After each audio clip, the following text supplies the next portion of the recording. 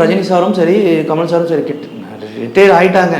2 பேருமே ரிட்டையர்ட் ஆகிட்டாங்க. இப்போ எல்லாம் வரது எல்லாமே எக்ஸ்ட்ரா போனஸ் தான். பென்ஷன் காசுன்னு வச்சுக்கோமே. பென்ஷன் காசு இவ்வளவு? ஆமாம், பென்ஷன் காசு இவ்வளவு தான். அத்தனை வருஷம் சினிமாவில் இருந்திருக்காங்க, அதனால் பென்ஷன் காசு வருது. இப்போ அவங்க 2 பேரும் வந்தோன்னா பிராண்ட் வேல்யூ தான். லோக்கியே சொன்னார், நான் கூலி படத்தில் வந்து ரஜினி சார் வாய்ஸ் யூஸ் பண்ணல, ஏஐ வாய்ஸ் யூஸ் பண்ணேன் அப்படின்றாரு. அப்போ நம்ம ரஜினி சார் வாய்ஸ்ன்னு நம்ம நம்புகிறோம். கமல் சார் ஏஐ படிச்சுட்டு வந்திருக்காரு.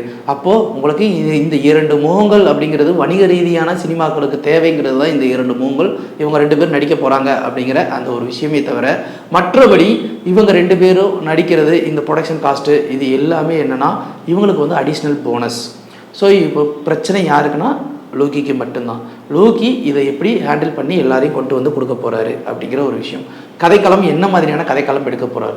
இது ஒரு ஸ்டாண்ட் அலோன் படமாக எடுக்க முடியுமா, இல்லை யூனிவர்சலில் கொண்டு வர முடியுமா? யூனிவர்சலில் கொண்டு வரணும் அப்படின்னா இவங்களுடைய வயதையும் நம்ம கருதி சில விஷயங்கள் கன்சிடர் பண்ண வேண்டியது இருக்கும்.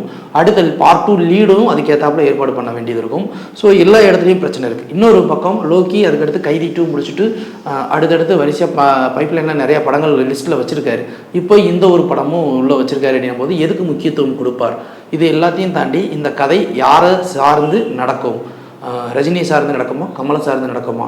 இப்படி பல கேள்விகள் இதுக்குள்ளே இருக்குது. அப்போது இது நடக்குமா நடக்காதா, இது எவ்வளோ டைம் எடுக்கும், இது உண்மையிலே ஹைப்பு கொடுக்குமா கொடுக்காதா அப்படிங்கிற ஒரு பெரிய ஆச்சரியத்தை உண்டு பண்ணுது.